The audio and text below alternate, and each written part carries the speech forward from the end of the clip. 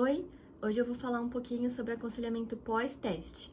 O aconselhamento pós-teste é uma consulta que você faz depois que depois que você fez o exame genético e aí você tá com o resultado e você pode trazer o resultado pra gente ou o resultado pode ir pro médico e aí você vai receber o resultado quando você vier nessa consulta pós-teste.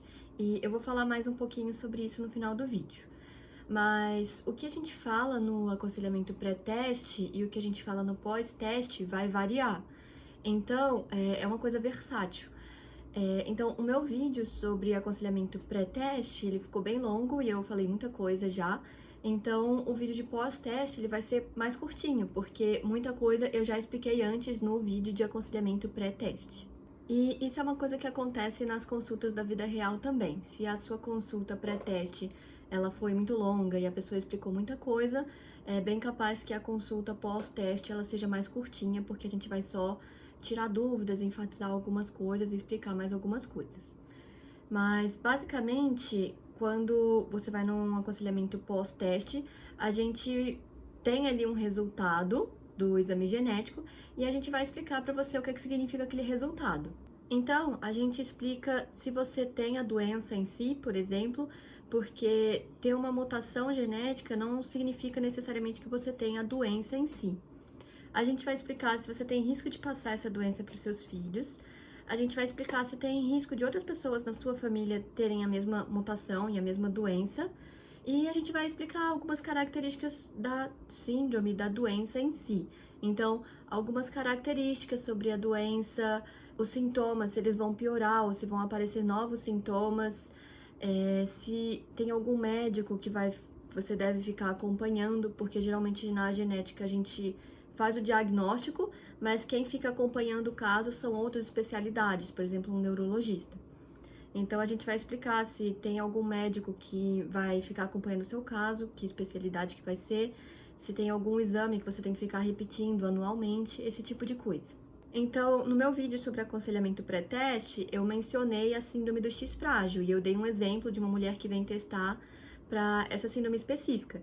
Então, durante o aconselhamento pré-teste, eu já podia explicar um pouco sobre essa síndrome, já que é uma só, mas é melhor explicar os detalhes dessa síndrome no pós-teste, porque aí a gente já está confirmado ali que ela tem um risco de passar essa síndrome do X frágil para os filhos dela. Então, como está confirmado, a gente não vai gastar tempo ali explicando uma coisa para paciente que depois vai vir negativo e vai ter sido só informação inútil para ela. Em alguns casos, o aconselhamento pós-teste ele pode ser dispensado quando o resultado é normal, por exemplo, e quando a gente já discutiu as coisas com o paciente durante o aconselhamento pré-teste. Então, a gente já discutiu as coisas com ele recebeu o resultado, a gente já explicou para ele antes o que significa se o resultado vier normal e se vier alterado também. E aí o paciente pode voltar para consultar com a gente só se ele tiver alguma dúvida, mas em alguns casos, então, o aconselhamento pós-teste, ele pode ser dispensado, principalmente quando o resultado é normal. Mas em outros casos, a gente, como uma comunidade de médicos e conselheiros geneticistas, a gente chegou à conclusão de que o aconselhamento pós-teste ele é tão importante que aí o resultado ele não sai para o paciente, o resultado vai direto para o médico e só o médico pode liberar aquele resultado para você. Assim, a gente garante que o paciente ele vai receber aquele resultado já na frente de uma pessoa que vai poder interpretar para ele, vai poder tirar as dúvidas e dar um apoio psicológico inicial.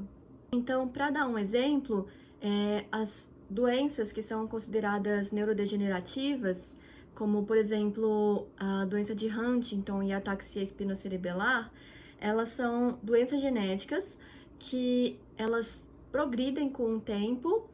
A pessoa, quando ela começa a apresentar sintomas, a gente sabe que os sintomas vão piorando com o tempo, ela não tem tratamento e geralmente quando as pessoas começam a apresentar sintomas, elas já têm ali uns 30, 40 anos, o que significa que elas já podem ter tido filhos e então esses filhos eles podem ter dado essa mesma mutação e vão desenvolver essa doença que não tem tratamento lá no futuro.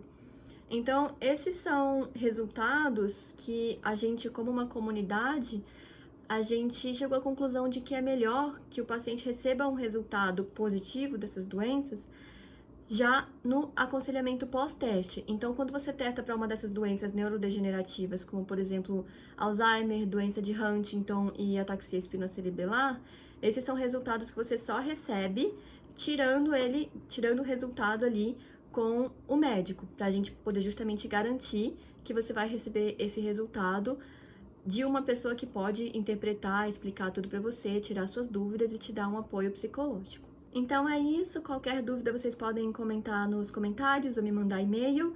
E lembrando que se vocês quiserem apoiar o meu canal, vocês podem fazer isso através do link no Apoia-se na descrição.